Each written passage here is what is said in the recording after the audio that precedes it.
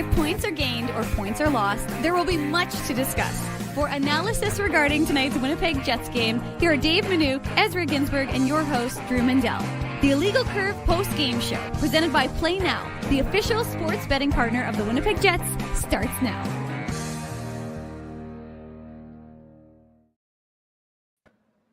Good evening, Manitoba. Good evening, Winnipeg. I say I reversed it, Ezzy, because someone told me I have to get my own thing. So I kind of did it Drew style, kind of did it my own style. Good evening to everyone here in the Illegal Curve post-game show following Game 2 between the Jets and Stars. A complete game. If you watch the pregame show, which you should, I don't think everyone did because we're going to get bigger numbers than we do in the pregame show, Ezzy, but you should because we said a lot of things that came to fruition. We said the Jets need a good start. The power play has to do well. Gabriel Velarde and Nikolai Ehlers have to do well. And what happened? All of those things. And, oh, by the way, Connor Hellebuyck is most definitely back. He announced himself. Again, I said he looked like he was in heart form because even though the Jets were in control, he still had to make some beautiful saves.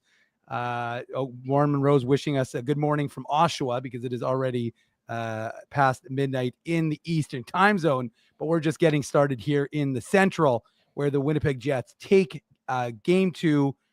We weren't sure if it was must win or can't lose, Ezzy, but either way, the Jets win Game 2 by a final score of 4-0 with a complete 60-minute effort with a phenomenal start, excellent goaltending, and contributions up and down the lineup. Drew's going to join us. He was at the game. You were watching from home. I was, of course, here in the building in the press box. Lots to talk about, Ez. So let's maybe start with your initial thoughts as the Jets even their second-round series and pick up their first second-round win since 2017 and 18. So 7 years ago was the last time the Jets have won a second-round series. Have a game in a second round. Mr. Ginsburg, your thoughts? What's up, Dave? Hopefully Drew doesn't come on for a good solid 20 more minutes because that means more mic time. Oh. And just as I said that, here comes Mindy. Drew, welcome to the party. Oh, he's muted. Oh, never mind. There, you're fine, Drew. Okay, I don't know what you said. That's the part that I don't know. I just said that I was hoping that. Stop. What's going on? What is this? Hollywood Squares here, boys? I was just saying, Drew, that I was hoping that you didn't pop on for another 20 minutes. No. But then it was almost like speak of the devil, right? So welcome to the show. Maybe we should start all over again. No. I'm sure that whatever you guys have done over the last 3 minutes is absolute gold, but I will say good evening to everybody. Thank you for holding the fort for me, gentlemen. Well, I get home from the rink. I was there with my dad tonight at the game, so it was a fun time. By the way, you're supposed to stop at the stop signs. No. Those are optional. I put a little siren on the top of my car. I actually have a police escort that gets me home. It's very convenient. Thank you to the Winnipeg Police Service for that. I'm joking, clearly. But that was a fun atmosphere. You sort of felt the Jets would be on top of their game after a sloppy performance or maybe a less than ideal performance on Wednesday night. And you saw it there tonight from the Winnipeg Jets starting early. And then when they had lulls, Connor Hellebuyck looked like Connor Hellebuyck, Vezina Hart Trophy winning potential candidate, Connor Hellebuyck, who came in absolutely huge for the Winnipeg Jets. All in all, a very tidy performance by the hometown team. And I would say, I don't know if you guys have already said so or not, so I do apologize, but this would be their best performance of the playoffs so far, in my estimation. Yeah, it's tough to argue with that, right, Drew? Like maybe Game 2 in the Jets Blue series, but I don't think this one was close, right? Like obviously, we're going to be talking about Hellebuyck a lot, guys. Like Dave mentioned right off the top of the show, he is back, and he earned that shutout, right, guys, right until the end of that third period, making that huge save on Rupe Hintz. It was a tic-tac-toe play when Dallas had that late power play when Colin Miller took I forget if it was a cross-checking penalty, whatever it was, but Hellebuyck was sensational, right, guys? Like, we're going to get into the Dadonov save, the save he made on Jamie Benn, right, that tic-tac-toe play. He had, 5, 6, 7, 10 bell saves. He was incredible tonight. And so were the Jets, right? Like the players that needed to step up, stepped up. We talked about Nikolai Ehlers. He's obviously had his ups and downs in the playoffs. He ices the game with the empty netter, the long empty netter. And Gabe Velarde scores the power play goal. It kind of started off poorly for the Stars and then just kept getting worse and worse and worse. And they had their pushback in the third period, no doubt. Hellebuyck stood tall, but after Adam Lowry made it 3-0 for the Jets, you knew it was the way Hellebuyck was playing. You knew it was going to be tough for the Stars to come back. So a complete team effort. We'll obviously, break it all down and go line to line through line. But this was the type of effort the Jets needed because we knew that they didn't want to go down 2-0. And I thought that the Jets were focused. I thought that they were a lot more connected than they were in the first game. And we have a series, boys.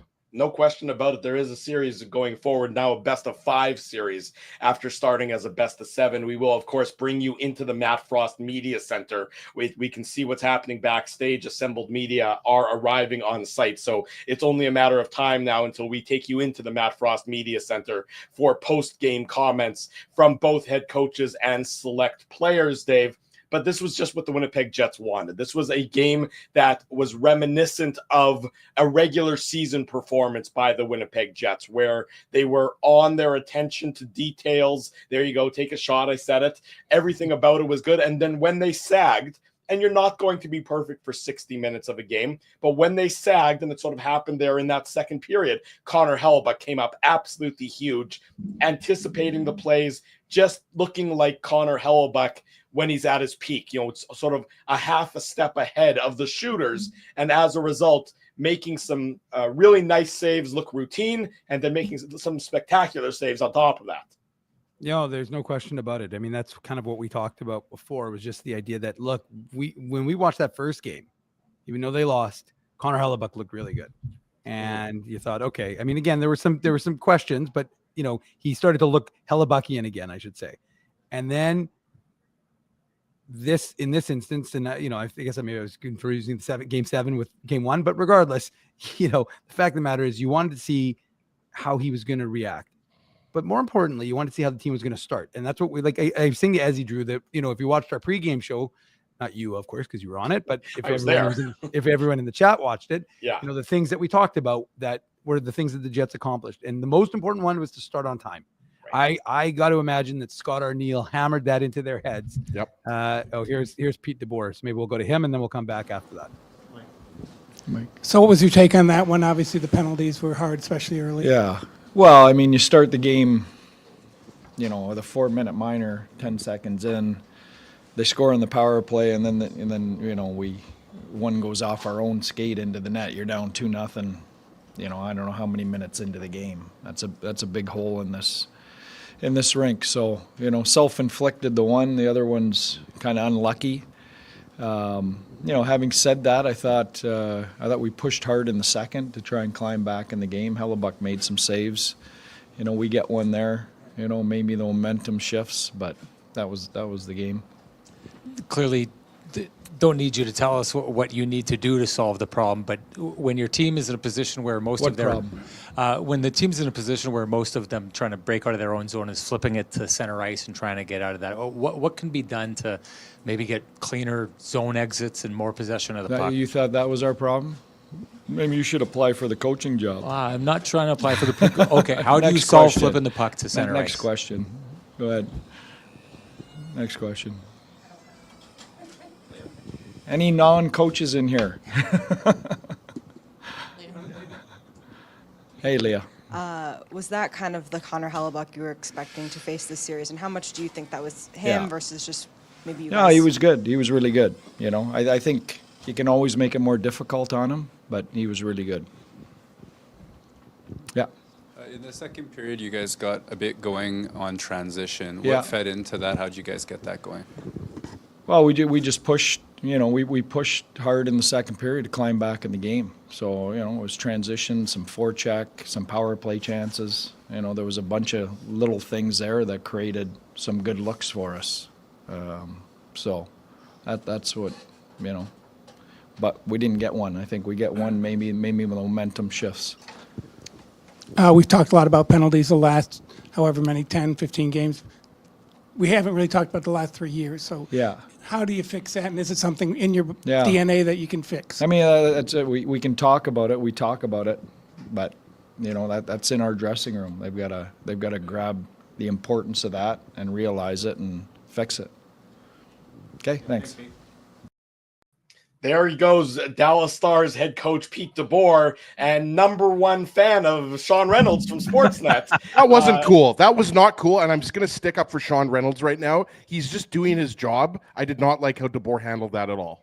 I think, I think the problem was the way that the question was, maybe the original premise to the question got a little bit off track there. And that's what led to that interaction. Certainly not a happy head coach in Dallas Stars, Pete DeBoer, and not a surprise given the way his team played for. Still got to be respectful though, Drew. And I didn't think that was respectful. I agree. I'm going to stick up for Sean here. I'm sorry. I realize Pete DeBoer is pissed off that they just lost the game 4-0. Sean Reynolds is a veteran journalist that is doing his job. You got to just answer the question like a man. Yeah, I don't have a problem with that take, Ezzy, at all. I mean, it doesn't cost you anything more to be polite. And that's a rule in life, not strictly related to hockey and interviews and things of that nature. It doesn't cost you any more to be polite, but certainly an unhappy Dallas coach. I got your back, Ranny. Yeah, the point of the question is accurate, though. Dallas did not have any answers for the Winnipeg Jets forecheck for a lot of tonight's game. Let's go back to the Matt Frost Media Center. Okay, go ahead, guys. We'll start with one question each, please.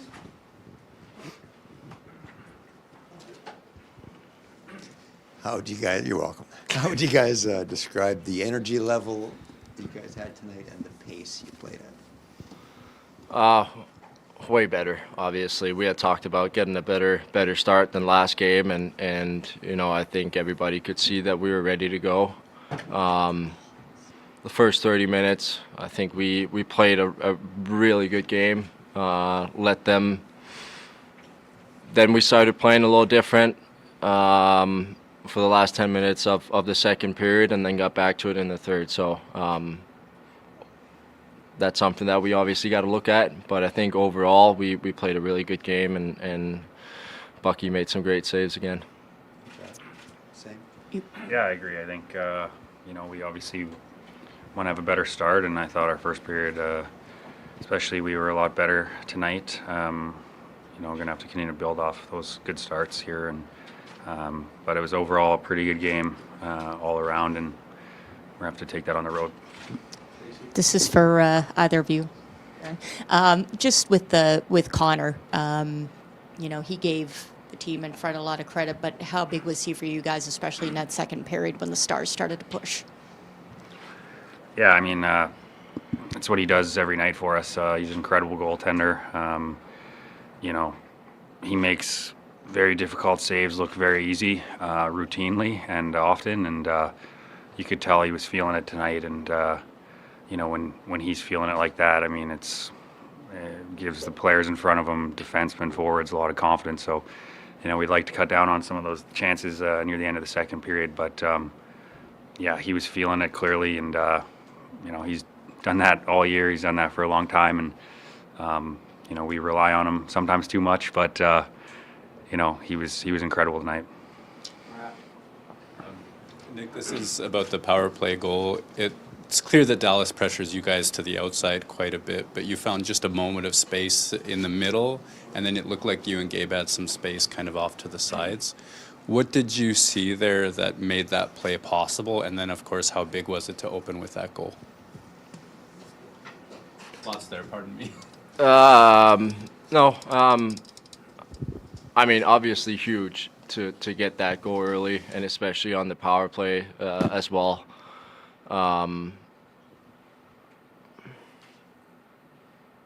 I also don't want to say too much.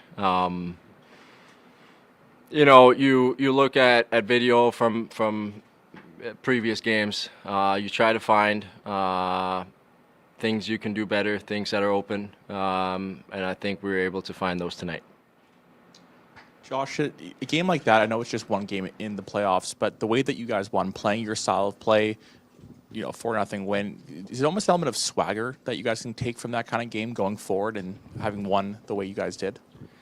Yeah, I think it's a game we can build off of. There was a lot of good things out there. As everybody knows, I think momentum in the playoffs is in-game. I don't think it often carries over from game to game. So we'll try to look at things that we did well today. Be a whole different animal going on the road here, but definitely a lot we can build on, and obviously power play was great, penalty kill as well, goaltending. So lots we can build off of and take to Dallas. Josh, what did you see on the box out, and how did you have the presence of mind to clear it with your glove as you were going to the ice? Yeah, I mean, just an amazing save by Helly to start that. It's a pretty high danger opportunity, and made a great save. Just trying to box out Johnson there on the backside, and I mean, in those moments, it's just desperation. So thankfully, we had Helly to make that save, and then, like I said, just try and get it out of there as fast as possible. Josh, would you take us back to last Sunday? Describe what happened to you in the first period, and then in the ensuing 5 days, what you've been working through? Yeah, just wasn't able to play. Was able to play today. So that was nice. Nikolai, how would you describe the impact Josh had in his return here? A huge impact, obviously. He's the guy that's so calm with the puck. On the power play goal, he lays it into me there. Under pressure. Plays physical as well. Can make saves, apparently. He's a guy that does everything really well, and has been a huge impact. Have had a huge impact on us, and been great for us for the last many years. So it's great to have him back. No offense, Josh, but looking for a little more depth of answer in this one here. That game looked a lot like some of the games you've played against them earlier in the year. Does that just kind of reinforce it if you guys can put out a specific effort, a specific game plan, that you can expect a similar outcome? I think, like we've talked about all year, we're focused on what we need to do to be successful.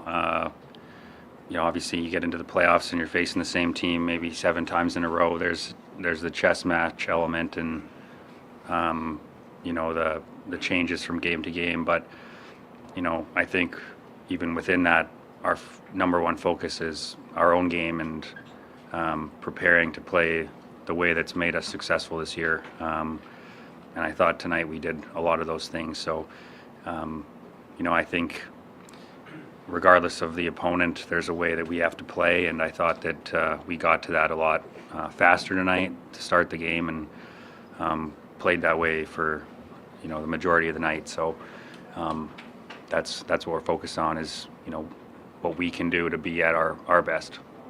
Last one, we're at. Josh, after Game 7, there's some really lovely Winnipeg Jets media photos of you and greeting the guys and the excitement of, okay, well, we're still in this. And now you're heading to Dallas tied 1-1. I'm wondering if you can put in the words like the feeling of getting the opportunity to be here because of what happened in that game. Yeah, and I mean, I apologize, John, if my answer was a little bit short there. But I think kind of elaborating on that, it was obviously very difficult to be out of that game, but the guys stepped up. Obviously 5D going into as many minutes as they all played, up front. I mean, it was incredible to watch. I wish I was out there to feel that excitement, but just was so proud of the team and the guys for what they were able to do and the resilience they showed coming back. And with 1.6 seconds left, it was amazing. So, the heroics and the every guy stepping up, to get us to the next round. I think I feel very grateful for that I, get to be back on the ice with the guys here and, continue, to chase this playoff dream here. Thank you, guys. Arniel will be right in. There he goes. Josh Morrissey, Nikolai Ehlers tonight from the Matt Frost Media Center. Scott Arniel still to come. I was going to say, still to come. It sounds like he's going to be here right away, Drew. You may as well just do a monologue, keep Ezzy and I out, and you can just do the Drew Mandel experience. Well, I don't know that anybody wants to do the Drew Mandel experience, but what I was going to say you remember the last time we did that on TSN 1290 radio? I'm pretty sure, I don't know if you did a 3-hour show by yourself, but you did a 2-hour show by yourself. 2-hour show, yeah. That was long enough. That was long enough for me. That was long enough for everybody. Wasn't that a Wednesday night show? I didn't think it was a Saturday show. It wasn't. I don't think It was a Wednesday night show. It was a Wednesday night. I think there was a Saturday as well. What happened on the Saturday show? No, I think there was a Saturday. That was a long time ago. But neither here nor there. We'll Dark say good times. evening to everybody. This is the Illegal Curve post-game show. Drew Mandel, Dave Minuk, Ezra Ginsburg. We're here talking about Game 2 between the Winnipeg Jets and the Dallas Stars. The Jets 4-0 victors on home ice to even up the series, best of 5 now as they head to Dallas for Game 3 on Sunday afternoon. Jets head coach Scott Arniel going to be approaching the dais in the Matt Frost Media Center right now. Again, one at a time, please. Wait for the microphones. You guys seem to be at your best when you're pressuring. What worked so well in your pressure game tonight? Well, there's a couple things. Obviously, when we get in the forecheck and we get the pucks down below the tops of the circles and get into our cycle game, that it's to our advantage. Thought we played way faster. I thought we got out of our end quick and it allowed us to get down there.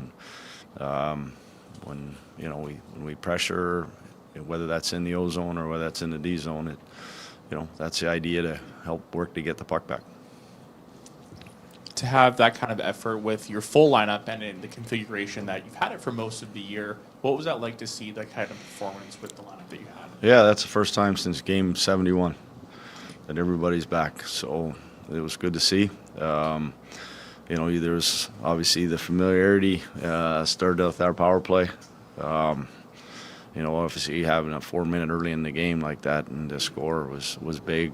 Certainly the crowd, not that they needed a little bit of a push, but man, they got loud after that one and then got the second one quick. But when you have your roster like that, everybody gets aligned into their spots. Having your top 4 defensemen, having your top 6 offensive guys, then you got 2 checking lines, 2 heavy lines. Like we're back to looking finally like we've looked for most of the season. Scott, just wondering, I know it's a big win tonight, but just going back to St. Louis, the St. Louis series, you guys were winless on the road in that series. What do you have to do in Dallas to maybe pick up a couple wins there? Yeah, it's going to be tough building. They grabbed home ice from us by winning game 1, so we're going to have to win down there. You know what? It's lessons learned. Take some of the things from what we've talked about, what we've looked at from that series, and we know that we have to do a lot of what we did tonight. This is a really good hockey team we're going against, and they'll be in behind their fans and in that building. So we got to play that type of game like we played tonight. With Connor Hellebuyck, the MVP chance, we're going up at the end tonight as they were in the beginning, but just how big was he, especially in that second period? Yeah, no, he was fantastic. He's obviously, like I've mentioned a few times, sometimes we take him for granted because he makes the hard look easy, so easy, but he had some acrobatic ones tonight, and I thought, for 51 minutes of that hockey game, we were really good. There was a 9-minute span where, puck management wasn't great. We got caught sometimes on our numbers. And then Dallas, you just saw why they're number 2 in the league on their transition, on their ability to attack. And so we got to be aware of that. That's something that we kind of self-inflicted. But, Helly's, made sure that he shut the door on them. Scott, how would you describe the impact of Nikolai Ehlers? His feet have been going pretty well, but to get a little bit of puck luck and have that kind of offensive impact, what did it mean for your group? Yeah, it's nice to see him rewarded.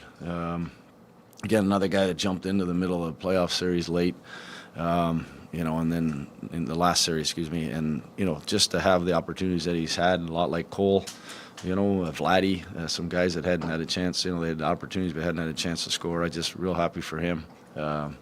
He was dominant. He had the puck a lot. I like the fact that he attacked the net there a bunch of times with the puck. We need his line, and we need him doing what he did tonight. And we're a tougher threat when we have all our pieces going like that. Scott, how would you describe the impact Josh Morrissey had in his return to lineup and his glove save, sweeping that puck out of the crease in that one? Yeah, Park goaltender. No, that was that's the Josh we know. Obviously, again, it puts everybody in their right spots in the lineup, and he's a big minute man for us. He plays against the other team's top lines. Then you saw what he can do, both quarterback and that power play, and also the offensive side, him jumping, him in the offensive zone. He's a tough guy to target. He's a tough guy to kind of shut down when he has the puck up there, and liked a lot of what he did. And certainly having him back is a real good feeling for our group. Part of the second period that there were some transition opportunities for them. You got a real meat and potatoes goal from Adam Lowry, and it became insurance at that time. How important was that? And basically, I guess, their impact on this game? Yeah, certainly they have the big matchup, the heavy matchup when they got to go against the Hintz line, and tonight, obviously, even last game they did a real good job, and that's a hard match, and they've done a really good job. But what set that up for me was our fourth line, the shift before. They had a great shift, and they stuck to they hemmed Dallas, mostly their defense in their end of the rink. We actually had all three forwards changed on an O-zone possession, and Lowry's line got out there and finished the job off. And for me, that's wearing teams down by being heavy and being relentless, and like that's a big goal in the game. You're up 2, and to get that third one, takes a little bit of the wind out of their sails. But I thought it was a build-up. It was a shift before that kind of built into that one, and then just those guys finishing off. Thank you. Jets head coach Scott Arniel tonight from the Matt Frost Media Center. We heard from him. We heard from Dallas Stars head coach Pete DeBoer. And we also heard from Josh Morrissey and Nikolai Ehlers. Now it's time to hear from more from us. This is the Illegal Curve post-game show. Drew Mandel, Dave Minuk, Ezra Ginsburg with you. Jets victorious 4-0 over the Dallas Stars, tying the series up at 1 game apiece, a game that certainly was important for the Winnipeg Jets to win, which they did, and equally important, I thought, the way the Jets managed the game and played the game, the effectiveness of this Winnipeg Jets team. As Scott Arniel said, a full complement of players available. He can choose the players he wants to play in his roster tonight. They all stepped up, and I thought they all, 1 through 18 in terms of skaters, had an impact on tonight's game, even if they weren't on the score sheet, Ezzy. Yeah, absolutely. And, we're going to get into the Lowry goal and the play now game recap. And I thought Arniel broke it down really well there. Like the fourth line had a really good shift. And then we've talked about that so many times, guys, right during the pregame show or the postgame show or the Saturday show, whatever. When the Jets are at their best, that's what they're doing. They're hemming teams in their zone. They're coming in waves. They're making those shift changes, having extended zone time, right? So that was just an absolute monster shift by Lowry specifically. But prior to that, the fourth line and then the third line. I thought the third line was a lot more noticeable tonight. I thought Nino Niederreiter was really good. I thought Mason Appleton was better. You mentioned, Drew, we heard from Nikolai Ehlers and Josh Morrissey. This is Nikolai Ehlers' stat line. Obviously, he scores the 2 goals, 1 an empty netter, picks up an assist. His first, we should mention this, Dave usually mentions this. Dave usually mentions the milestones, but a 3-point night, his first ever 3-point night in the playoffs. He's obviously had a 3-point night in the regular season before, but 7 shots on net. Yeah. He had 1 block, no hits, but obviously, Nicky, we're not going to get too hard on him. He's not always going to be the most physical player, but 7 shots on net. We've said that so many times over Ehlers' career, right, Dave? When he's shooting the puck like that.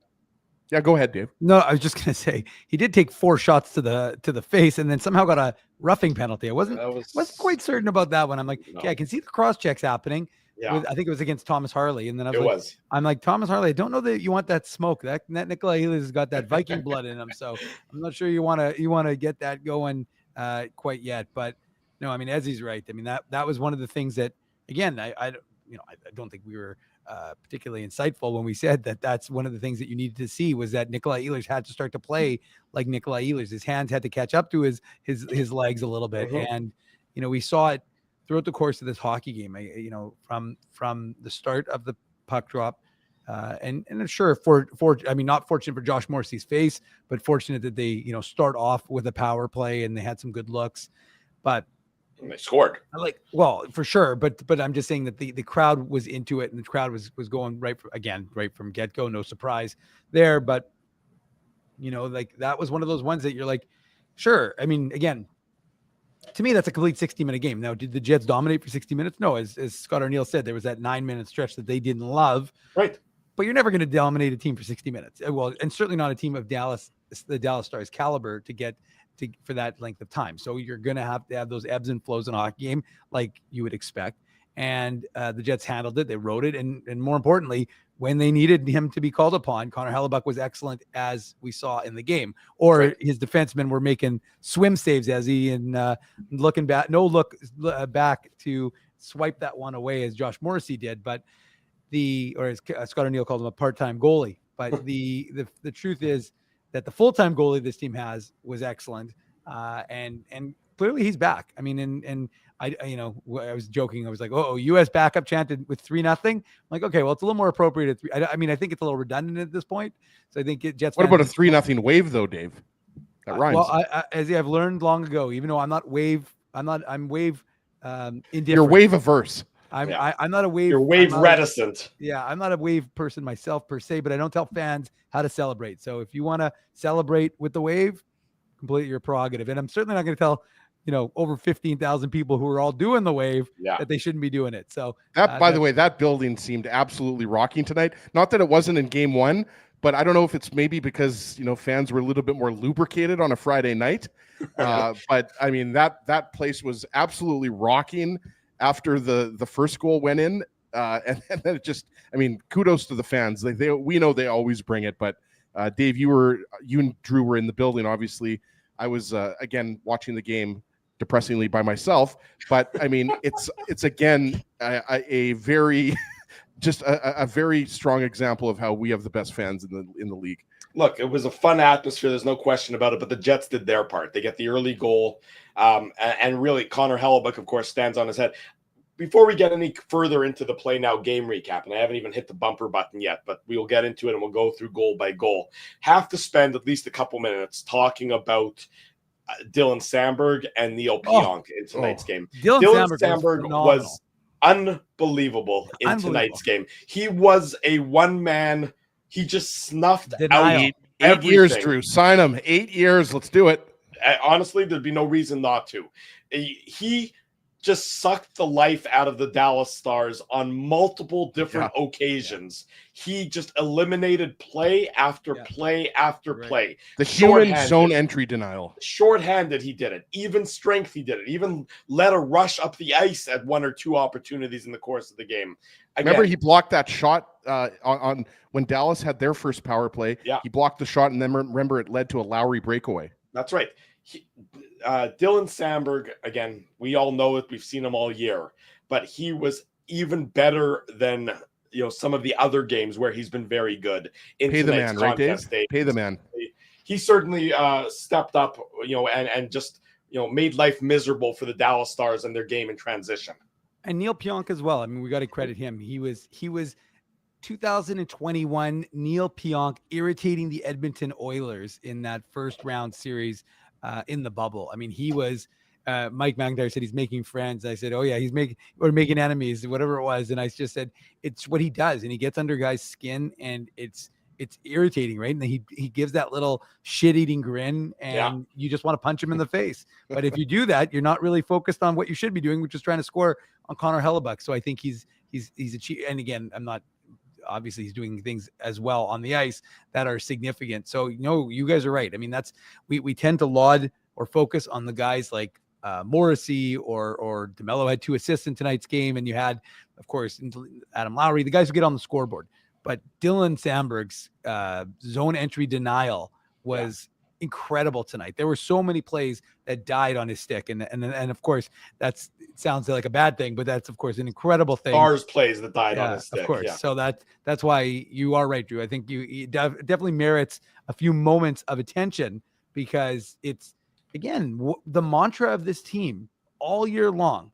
This is our 91st post-game show. 82 regular season, and now I think our 9th. No wonder I'm so tired.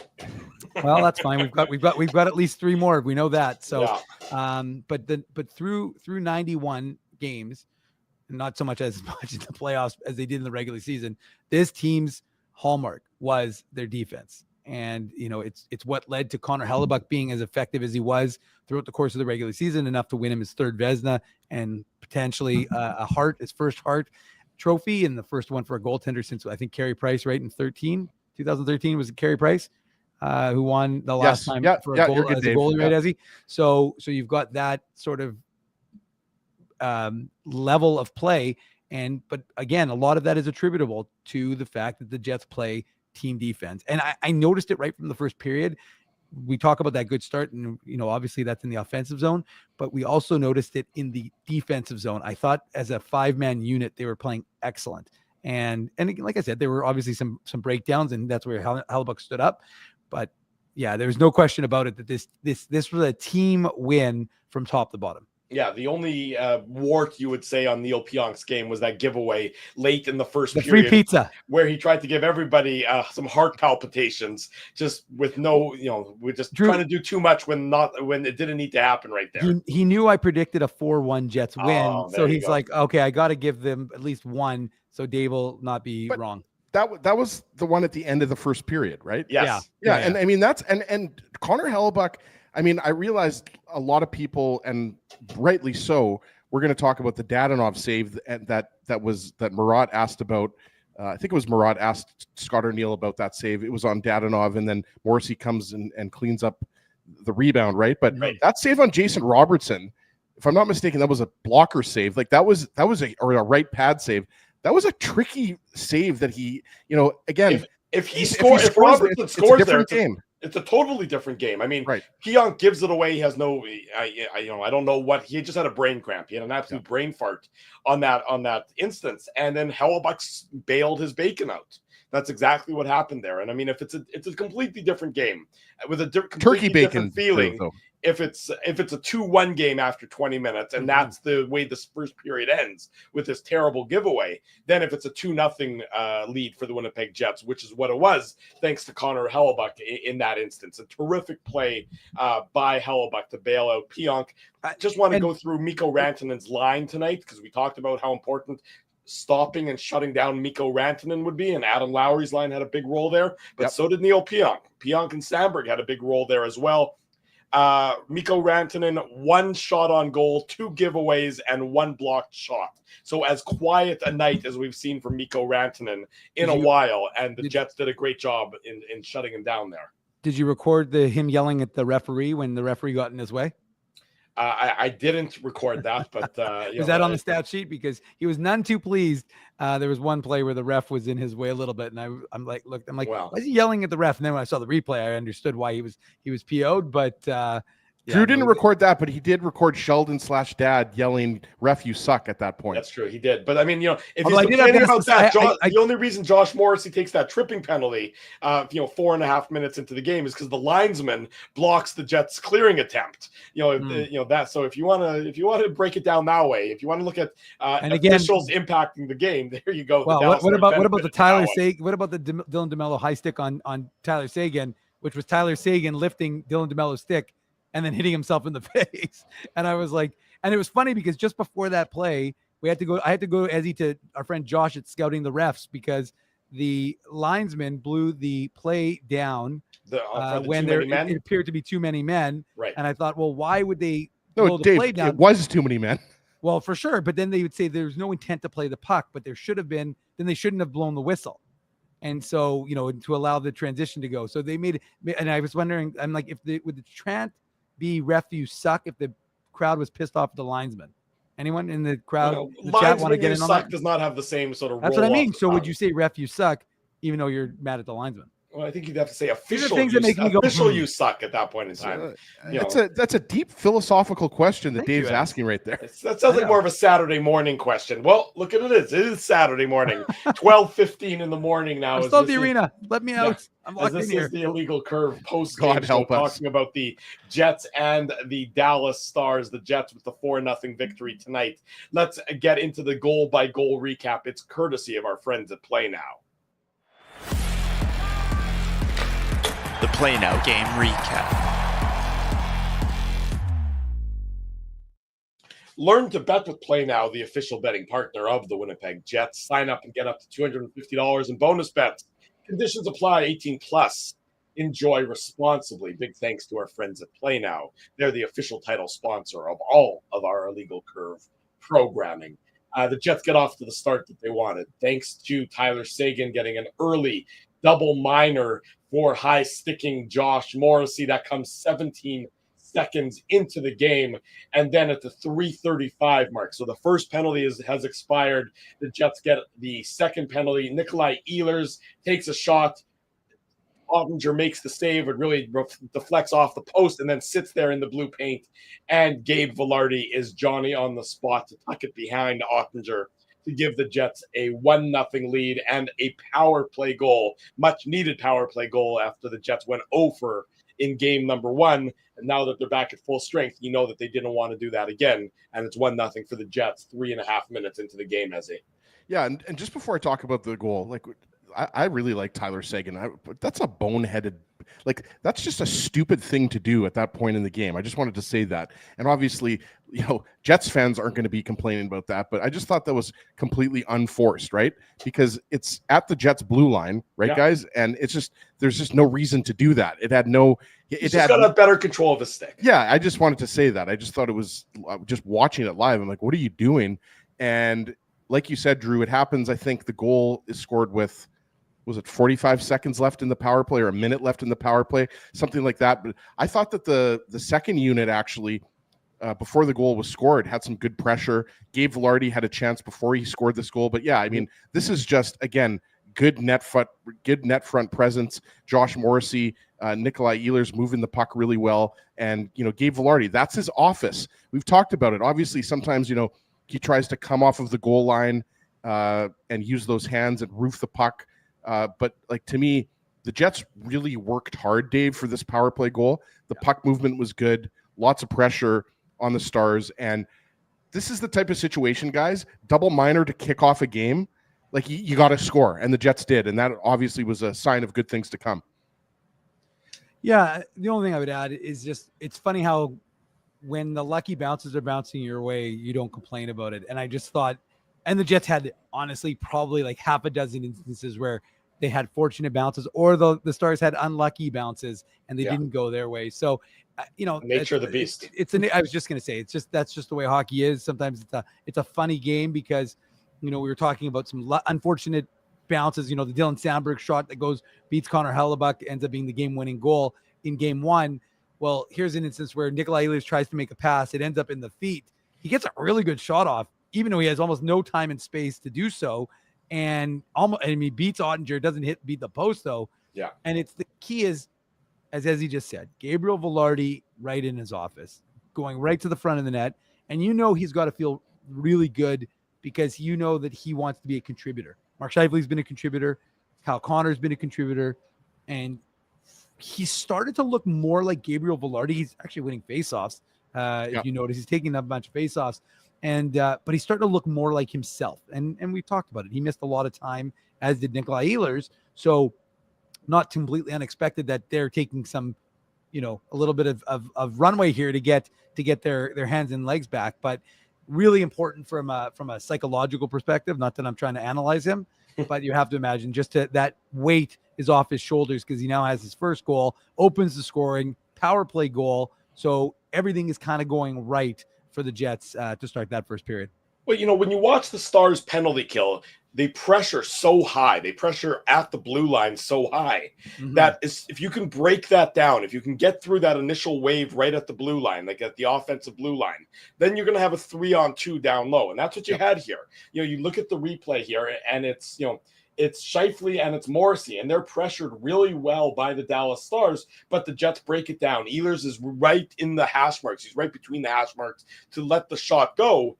That obviously catches the post, and then Vilardi's there to jump on the rebound. But Dallas is, that's their MO. That's their approach when it comes to the PK, is to pressure Morrissey up at the point. Sure, you're starting to sound like a coach. I know. Well, yeah, I apologize. Hopefully Pete DeBoer doesn't come around the corner here and smack me or something.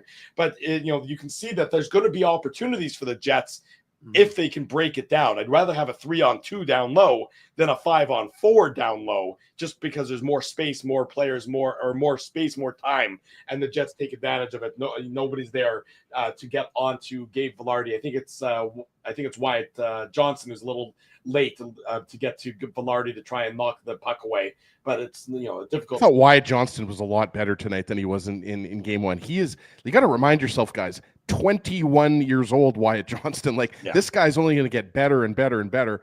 And it's a good point that you make, Drew, about the Dallas Stars penalty kill formation. They absolutely are maybe. I mean, I remember the LA Kings were very aggressive. Yeah, pressure up high too. on the penalty kill from the games between the Jets and the Kings this year. The Stars have to be one of the most aggressive teams, and because they pressure at the points. Remember, you saw when Nikolai Ehlers wasn't in the bumper position and he was down low to the left of Jake Ottinger. You saw that he had so much time and space, and he just wasn't able to stuff the puck in. But no, it's absolutely the case, and those are some of the adjustments that we talk about, right? Davis Payne, obviously. Is more responsible for the penalty kill. Dean Chenoweth responsible for the power play along with Scott Arniel. And you could tell that, that's something they have identified because the power play was much more aggressive tonight. And they had, I think, if I'm not mistaken, Dave, they had 5 shots on that 4-minute power play. I counted because the shot, you're right. Nothing, right? So, I mean, that's what you want. When you have a 4-minute power play, you should be putting the puck on the net.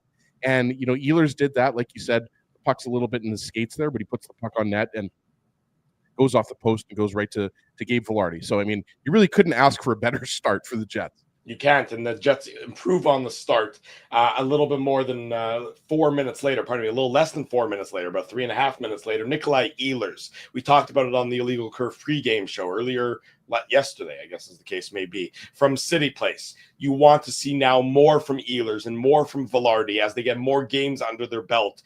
They get their timing back. Ehlers gets his first. So Vilardi just got his first.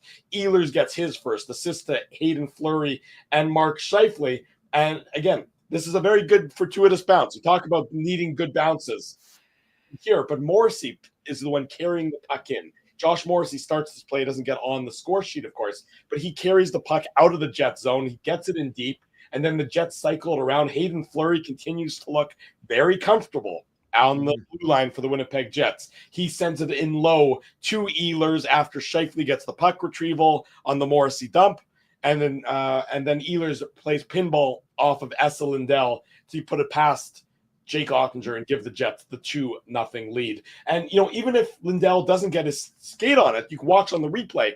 Scheifele's in a great opportunity here. He's cutting. Sorry, Drew. I was going to say, you guys were in the building. Did you guys not think that Mark Scheifele got that goal real time? Well, at first, because it was on the opposite side of the rink from where I was, I did think it was Scheifele at first because you can see him. He's coming back door and nobody's picked him up. Right. So Esa Lindell, it so happens it deflects off his skate and in. But if it doesn't go off his skate, Scheifele is right there for a tap anyway. So the Jets are in a very advantageous position here. They get a good bounce, but everything the Jets did on this play leads to them getting the opportunity to get that good bounce. Yeah, and the thing that I like most about this is that it was quick strike, right? Like Ehlers, that's when Ehlers is at his best. Obviously, he's one of the fastest guys in the league, guys. We know that. But when he's shooting the puck on net like that and he's using his vision, and that to me is what the beauty of this goal was. Like you said, Drew, Mark Scheifele was right there. And that's why, I was about to tweet, nice goal by Scheifele. And then all of a sudden you see that it goes off of Esa Lindell, right? Sorry, Esa Lindell. Sorry, I didn't get to. I know you tweeted Esa Lindell. I saw that during the game. Just for the record, people were liking that. I got some likes on that one, Drew. There's no relation. We both spell it and pronounce it differently. So you both think more Ginsburg. Yeah. No, but Dave, is it Drew Lindell or Esa Lindell? I don't know. Either way, it's not. It's not. More importantly, hold on. I have a question though. Did you say that as a slip of the tongue, or did you do that intentionally so you could bring that up? Either way, I'm enjoying it, but I'm just curious. Drew, you got to cut me some slack, okay? Aside from my kids, this is all I have in my life. Making fun, rhyming players' names with mine. I'm happy to let you do that in that case. I won't take that away from you. It's my pleasure. I love it. But yeah, I mean, this is just, again, like, there's so many examples of this in the game, winning battles. Like we talked about, Dylan Sandberg was an absolute beast tonight. But like Nikolai Ehlers, like this to me, like Drew makes a good point that Josh Morrissey starts this whole playoff with a good dump with speed. And then obviously Ehlers chases the puck down, goes to Scheifele, back to Fleury. But like Nikolai Ehlers is just absolutely buzzing around. And he beats Cody Ceci to the puck, right? And so again, you create your own luck. We talked about, the Jets not getting some luck, whether that was the mad scramble in front of the net where Lindell, who Lindell's an excellent defenseman, by the way. We're making fun of the Lindell-Mindell connection, but I mean, he is an excellent defenseman. I mean, Miro Heiskanen has still not made an appearance in the series, guys.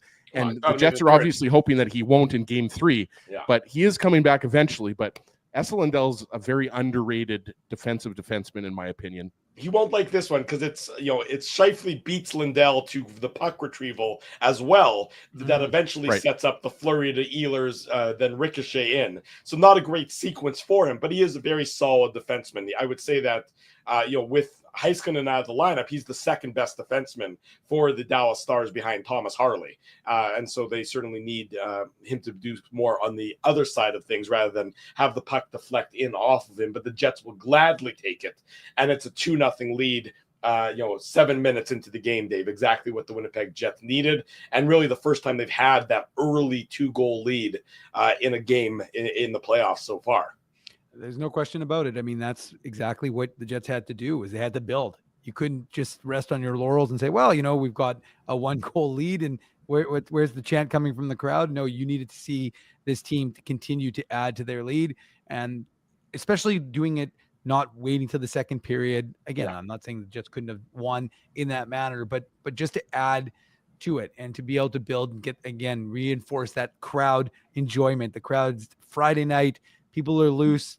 The only thing I have to get up for is 9:00 for the Illegal Curve hockey show. So there's plenty of time for them to enjoy their night and have a good sleep in and be up at 8:59 so they can enjoy us live. Although the truth is, guys and girls, if you don't listen to us live, you can always listen to the replay. That's available right away, right, Drew? Or you can download the podcast and continue to make IC a skyrocketing podcast, which we appreciate. Thank you, Al. By the way, I'm keeping Al Broderick's comment up there just to remind ourselves that we have the show in 8.5 hours. We've still got a lot of show left here, so we're not going anywhere. And there's over 700 people in the chat, so we'll keep this thing rolling. Although make sure you smash that like button. Make sure you're subscribing. Our subscriber numbers are going way, way, way up. We appreciate that. And boys, I want to know what everybody's doing with those buckets. Like are people filling them up with beer? Or are people should filling ask them Colby. up Colby with got snacks? one. They're wearing them on their head. There are people, grown adults all around me. Security guard. I snapped a shot of security guard Perry. He's got one. He had one on his head. Okay, they were There's wearing no way them that everywhere. Sheldon/Dad put that bucket on his head. He did not. We did not get. We didn't get to the arena in time to get buckets, so we have no buckets. There's Oh man, that's Perry amazing. is wearing a bucket on his head. Beauty. 2-0 for the Winnipeg Jets after 20 minutes. We mentioned that Connor Hellebuyck makes that great save off Jason Robertson late in the first period to keep it at that level. The second period begins, and it's very similar to where the Winnipeg Jets left off in the first period. Got a little bit sloppy as the period went on, no question about that. But the Winnipeg Jets get a 3-0 goal off the stick of Adam Lowry, assisted Dylan DeMello and Nino Niederreiter. And Scott Arniel spoke about the sequence that led up to it. This was just the prototypical Winnipeg Jets forecheck. Put the puck down low, win battle. Put the puck down low, win battle. Win a puck battle. Keep the puck in. Put it back down low.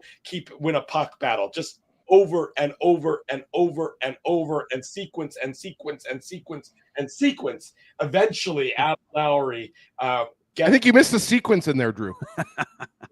One or two there. I apologize. Eventually, Adam Lowry gets his puck, gets his stick on the puck, and turns and fires and goes sort of just underneath the bar, and then off the back of Ottinger, but it goes right top shelf. Great play by Adam Lowry. Great play, great sequence by all the members. The whole line, The whole line and the line before. Yeah. And that's Winnipeg Jets hockey, that when they're playing at their absolute peak. This was them grinding their opponents, something we did not see very often in the St. Louis series, but something you can do against this version of the Dallas Stars defense, because they have difficulty on that right side. We've talked about it.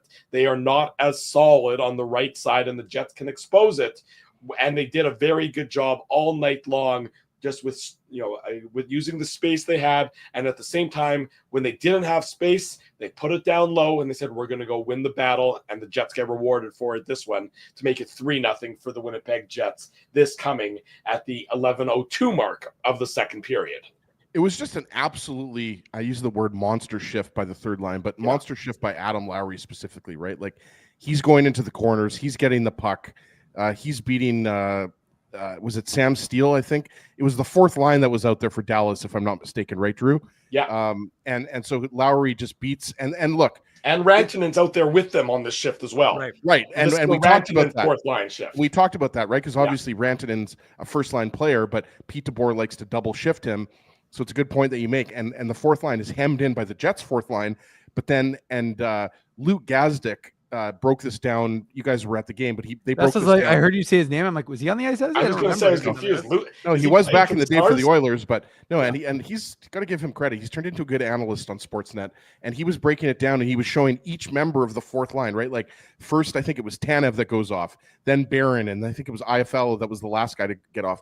Doesn't matter. They went off one at a time, and that's what you want to see, right? Like you want to see that type of shift after shift. Sure. And yeah, like it's a fortuitous bounce again for Adam Lowry, but again, Dylan DeMello is blasting that puck on net, and Lowry does a good job and just beats the Stars defenseman. I think it was Labushkin, if I'm not mistaken, to the puck there. And Drew's absolutely right. I mean, arguably, the St. Louis Blues right side is better. No, I'm not going to say arguably. The St. Louis Blues right side is better than the Dallas Stars right side, especially with Heiskanen out of the lineup, right? And, for sure. So you're taking advantage here of a tired group and an absolutely huge goal, right, guys? Like we talk about the 2-goal lead, Dave being the worst lead in hockey. Well, at this point in the game, like that kind of puts the game away there late in the second. Well, it's certainly go ahead, Dave. Well, I'm just waiting for you to hit a certain button, Drew. I mean, yes, you haven't I done was it yet, going so. to. Thank you. Let me press that certain button. The Adam Lowry goal, courtesy of our friends at Serums, is our Serums shot of the game. The Serums shot of the game. Seagram's 83, Seagram's VO, Fireball, whatever your drink of choice. Drink it responsibly, but drink your Seagram's products. Big thanks to our friends at Seagram's for their continued support. And all I would add is I try and get all of our stuff posted on a little site called leocurve.com. But, to me, the hard work of both lines that are involved in this is just emblematic of Winnipeg Jets hockey. And that's why it was such a significant, obviously it was a significant goal because it essentially puts it out of reach, but it's also just, first of all, it's an opportunity to listen to Espresso. Who doesn't want to hear that, right, Ezzy? Big Sabrina Carpenter fan. Big Sabrina Carpenter guy. It's funny you mentioned that, Dave, because when I'm with my kids in my car, I have satellite radio, no big deal. All my kids want to listen to is Kids Bop. And that song always comes on, but it's the Kids Bop version of the song. So I actually had no idea who actually sang the song. Like, I'm totally out of it. Like, you guys know, I still listen to the same music I listened to in high school, like Pearl Jam, Notorious B.I.G. So, like, I have absolutely no idea who Sabrina Carpenter is. Apparently, she's a pretty big deal. Well, by the way, welcome to Warren, tuning in from Porto in Portugal. Got up at 2:30 a.m. to watch the game. Not disappointed. And Jeff wants to know if you're now known as Espresso Ginsburg. That's funny. I like it, Jeff. I like that. Now that's funnier than Drew Lindell. That's Espresso Ginsburg. And I'm going to give this update. Well, I'll save the update. Joe from Winnipeg, I got your DM, and I'll save the update for when we come back from our break. Look at you getting DMs from Joe from Winnipeg. No big deal. No big deal. 3-0. It's that interlake connection, as you wouldn't understand. 3-0 for the Winnipeg Jets at this point in time, about halfway through the second period. And that's where their game began to sag. The Jets did sag, no question about it, for about that 8-minute period. And Connor Hellebuyck stood on his head. Yeah. He made multiple 5-alarm saves for the Winnipeg Jets, cutting off angles. Just you could see how he was anticipating the play, and as a result was in position. Jesse Granger, who was on with us last Saturday, is talking about the Connor Hellebuyck as an exceptional processor of the game. Maybe not the most flexible, maybe not the most athletic, but he processes the game better and faster than any other goalie. And you saw that on display on a number of these saves where he came up absolutely huge, and then he got assists from his teammates. Josh Morrissey, making after Hellebuyck makes the save on Dadonov. Just a whole team effort, but the Winnipeg Jets goaltender, the fact that it went into the second intermission with that 3-0 lead and the Jets on the power play, I might add, after I think it was Rantanen, if I recall correctly, takes that high sticking penalty against Dylan Sandberg with 20 seconds to go in the third period. That's huge for the Winnipeg Jets, to be up 3-0 after 40 and then have almost a minute 40 of power play time. Well, and the only thing I would add to that is the best was, so I saw the penalty get called, and I was like, and I said to Connor, who's sitting, and Remo, who are sitting to my right and left, and the best is, I'm like, the crowd doesn't realize it's Rantanen who got the penalty. And so, fine. Well, the crowd, less one very observant host of the most popular post-game show that immediately follows Jets games, Drew Mandel, but most of the crowd, Drew, didn't recognize that it was Rantanen at that point. I don't even know if they realized there was a penalty call, but the point is, it's because a lot of fans had buckets over their eyes, Dave. They did have those buckets over their eyes. So they called it, and then of course the best is, I said to Connor or Remo, I can't remember which one, I think it was Connor, and I said, just wait till they realize it's Rantanen. And then as soon as it hit that they announced the Rantanen, the crowd went like ballistic. He is the target of the ire of the Winnipeg Jets fans. So which is a sign of respect. Yeah, of course. Winnipeg fans know, of course, how good he is as a player. But no, it was an offensive zone penalties. And so the fact that the Jets were able to get him to draw an offensive zone penalty, you start the third period on the man advantage. You don't score in that man advantage. But again, the clock is your ally this point in time. And the third period, after the Jets, weren't great in the latter half of the second, the third period, again, yes, Dallas has all the possession advantage, but the Jets did a very good job for the most part of keeping everything to the outside. They did a good job of, snuffing out any, what I would describe as particularly high danger opportunities in that third period. You wanted it to be a third period where not a lot happened. And that was how the Winnipeg Jets played it. They were very good defensively. Drew, I'm shocked you didn't mention the Adam Lowry getting leveled into the bench. Yeah, that was in the second period, and that was and then Hayden Fleury, of course, with the big hit on Mason Marchment. Yeah, over 13 collided. A car crash. Sorry, you both were kind of sounding a little bit underwater. What did you say? Yeah, we were talking over each other, and it sounded like Drew was cutting up a little bit. But Liam Bichelle is a big boy, and Adam Lowry is a big boy. That's why I said it was over 13 feet of man there. Oh, that's what you said. But one thing I wanted to mention on that power play, I'm not sure.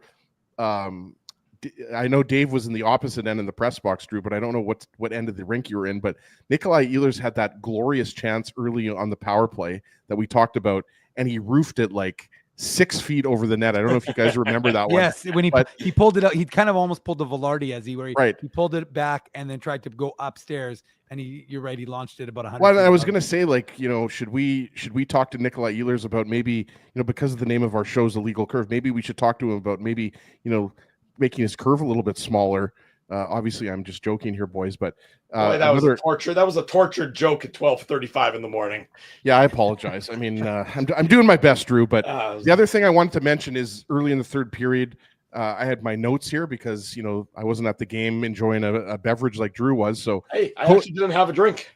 Really? You went dry island for Drew. Yeah, dry island. I knew I had nothing, not even a water. I had a hot chocolate kind of beverage from Tim Hortons because it was so cold. It was so cold in the arena. I can't even. Drew, what is this? February? What are you having a hot chocolate for? It was 30 degrees. Hey, Drew. It was absolutely freezing in the rink today. Did you have marshmallows in your hot chocolate? I wish. I asked for marshmallows. They said, "Sir, that we're not. Get out of line." But it was cold, so I had a hot chocolate. My dad and I, we each had a little hot chocolate in the third period. Oh, it was kind of wholesome. Cute. I got to tell you, it was wholesome. Yeah, it was a little bit of wholesome. I just wanted to mention.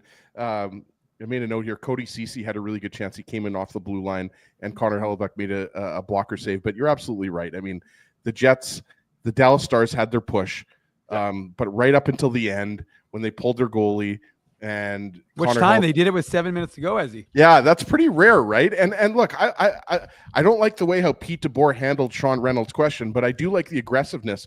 You're down by 3 goals, and if there's a 4-on-4 situation, like, what do you have to lose? Like, I have no problem with doing that. It didn't obviously work out for him. It's kind of like, I think Drew would like this analogy. It's kind of like, a Hail Mary pass.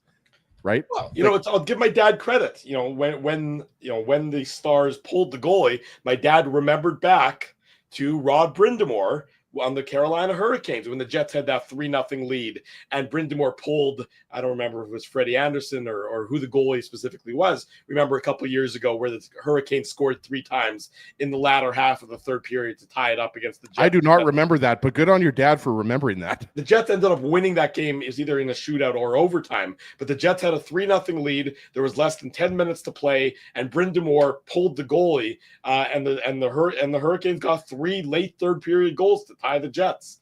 In the game, it would have been not this past year, but 2 years ago, if I recall correctly. And so again, when you're let down 3-0, what's the difference if you lose 4-0? Exactly. Or there's no difference between the two. You give your team a chance. Yeah, I mean, like they could have had 6 guys on the ice, 6 on 4, and they probably weren't going to score in Hellebuyck. Well, at one point they did, but it didn't matter because they didn't get called to the penalty. Yeah, exactly. Yeah, no, I mean, no, look, that was obvious. Like just going back to that, I know we're going to wrap up the game recap here, boys, but I mean, I saw Jacob Stoller, our friend, our colleague and friend, tweeted about that. Like, why blow the whistle? That was what was weird about it. But again, at the end of the day, it's kind of a moot point. It doesn't matter. The Jets won the game 4-0. But and again, before we move on, and I know we've talked about Connor Hellebuyck saves, but those, even though the game is 3-0 and you're in control, he's got to be feeling so good about himself because he didn't need to be Hellebuckian in order for this team to win this game, but for him to have that kind of slays the demons. And I'm not saying that he's going to be otherworldly in Dallas on Sunday afternoon. He does like afternoon games. But the fact of the matter is that it did really feel like that big, confident Connor Hellebuyck that we're used to seeing is back. And those saves were exemplify that in my mind. And I just thought, just from the outset, and it's interesting. Like I saw the comment, I highlighted the comment about, maybe I didn't highlight it, but I saw the comment in the chat earlier about how fans in Winnipeg continue, although they're maybe not on social media so much, but fans in Winnipeg in the building continue to show him so much love. And we talked to him about that, I guess it was 2 days ago. Of course, that interview's on our YouTube channel.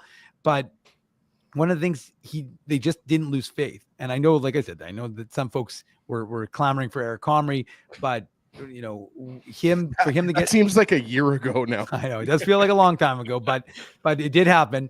But ultimately, he returned to form and he was excellent in the game. And those and 3-4 of these grade A chances, which the Jets probably weren't very happy about giving up, but he was there to make the customary saves that he's used to making. So just another real good game from him and another playoff shutout for him as well. Yeah, first playoff shutout since the bubble series the no fans series against the Edmonton Oilers. And the last time he had a shutout in front of fans, if I recall correctly, would have been back in the series against the Minnesota Wild. Yeah, I think he had 2 shutouts that series. He did, yes, in 17-18, but he hasn't had one in front of fans. By the way, then.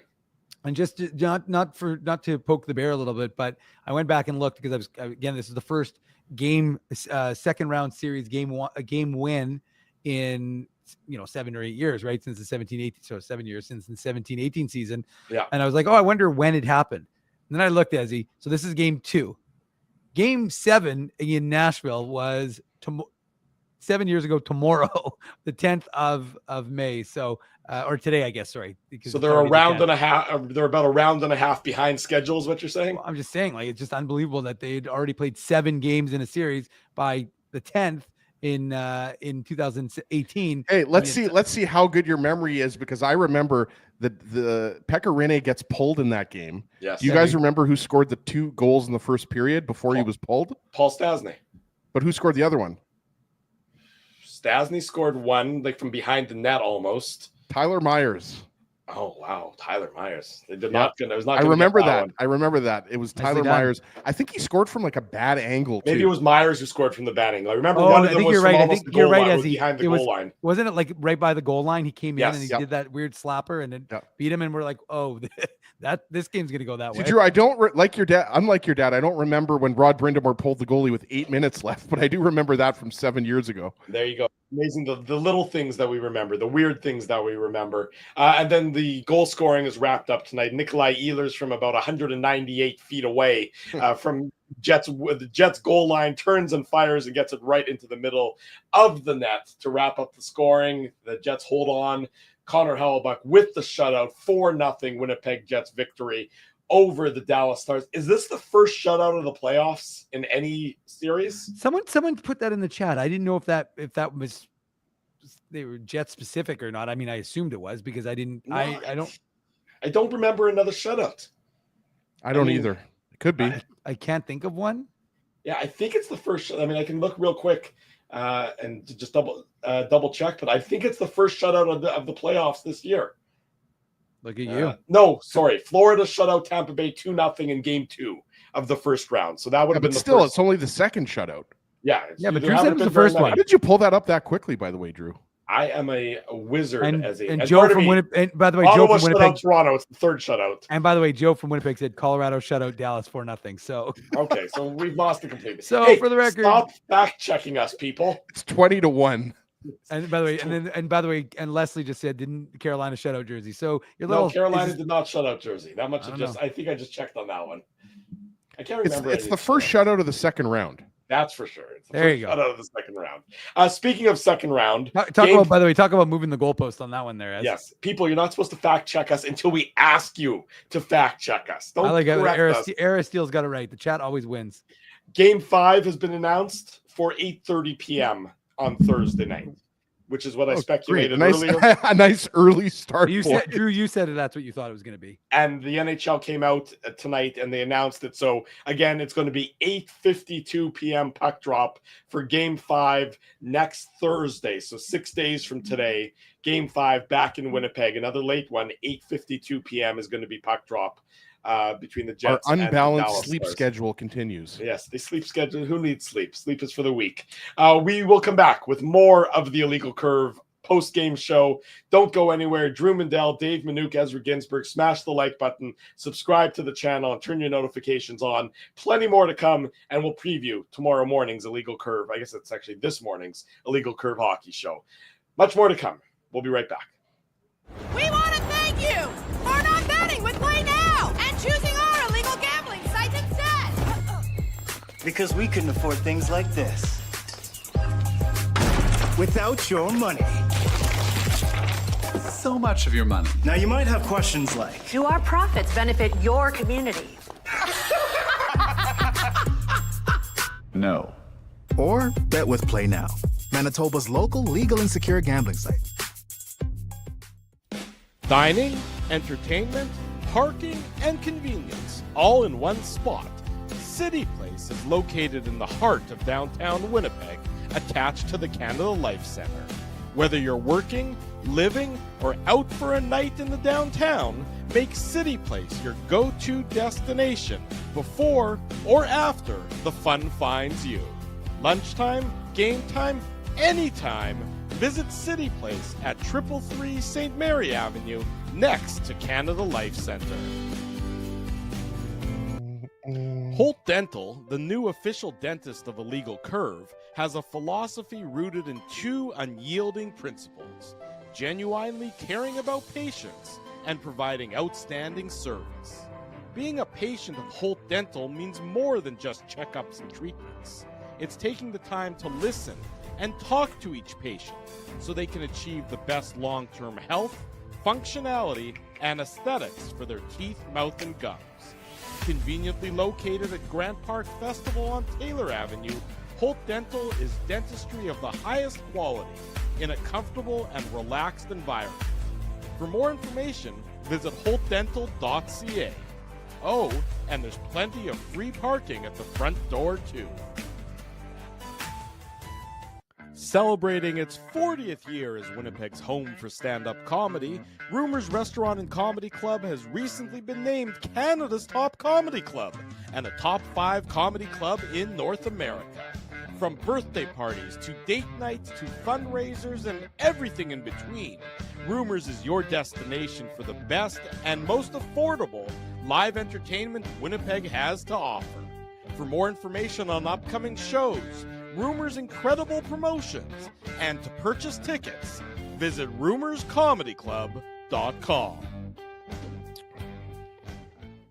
At Boston Pizza, a fast lunch doesn't have to mean fast food. Now you can get a $15 lunch served in just 20 minutes, including your choice of a main, side, and drink. That's right, lunch for $15 at your local Boston Pizza.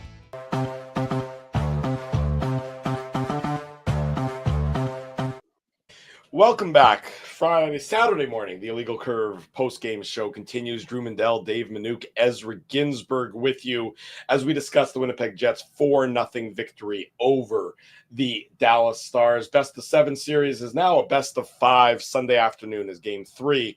We'll be on around 6 o'clock, 6:15 for the Illegal Curve post-game show, assuming there's no overtime, talking about everything that happens in the Lone Star State. Want to say a big thank you to all the sponsors of Illegal Curve who make the post-game show, the Saturday show, and the website a possibility. Of course, our friends at Rumors Restaurant and Comedy Club. Mike Paramore is at Rumors tomorrow. You can get your tickets, rumorscomedyclub.com. Play now. Holt Dental, Boston Pizza, City Place. We were there for the pregame show. We'll be back there for the pregame show again on Thursday for Game 5 between the Jets and the Dallas Stars. Serums and the 2025 Rady JCC Sports Dinner. Thanks to all these great sponsors for their continued support of Illegal Curve Hockey. Dave, do you have a Thomas Milic update to give us at 10 minutes to 1 on Saturday morning? Well, it's not my update. I'm going to give credit to our friend Joe from Winnipeg because he DM'd me. I, of course, was laser focused on this game. Although, Joe from Winnipeg DMing me makes me think Interlake, makes me think, going out to get some good food out there. But he said Milic with another shutout in the playoffs to lead Norfolk to a 1-0 win in the ECHL North Division Finals. So I haven't. Is that the first shutout of the ECHL playoffs? I do not know that, Ezzy. I couldn't tell you one way or the other. But Jets goalie prospect, the 2023 fifth round? No. 2023 fifth rounder? Feel like I'm right, but I think Jacob Julian is also a 2023 fifth rounder. Oh yeah, they had 2 that year. Okay, he is a 2023 fifth rounder if my memory is serving me correctly. So he picks up a shutout. That's big for him. And we should mention Colby Barlow, big win. I don't think I've mentioned that one yet, but he and his Oshawa Generals team in the OHL Championship. It's a battle of Jets prospects because Colby Barlow is going up 2023 first rounder, and the 2023 fifth rounder I just mentioned, not Milic, Jacob Julian, and his previously undefeated London Knights team. They were 12-0 in the playoffs. They lost their first game 1 of the OHL Championship Series to Colby Barlow and his Oshawa Generals. They take it. I don't remember the final score, but Barlow had, I think it was 4-1, but Barlow had 2 assists in the win. And he has been on quite the playoff heater. I think he's got 31 points in 17 games. So he had a slow regular season, but he is performing when it matters most. And Jets fans are going to be happy that he is doing so. So there's your update on the only 2 prospects that are still playing hockey right now that are not currently with the Jets. Dave, what has Marcus Loppinen been doing since he was knocked out of the playoffs? Well, I did see Jake Heisinger, the GM of the Victoria Royals, here in the press box. So I did ask how his season went, so I don't know exactly where he is back in Finland, but I will get you that update at some point. There you go. Thank you, Dave, for that update. Tomorrow morning, actually this morning in 8 hours time, 8 hours and 10 minutes from now, the Illegal Curve Hockey Show. The 3 of us will be back. We'll talk about tonight's game. We'll look ahead to the rest of the series. Game 3, of course, going Sunday.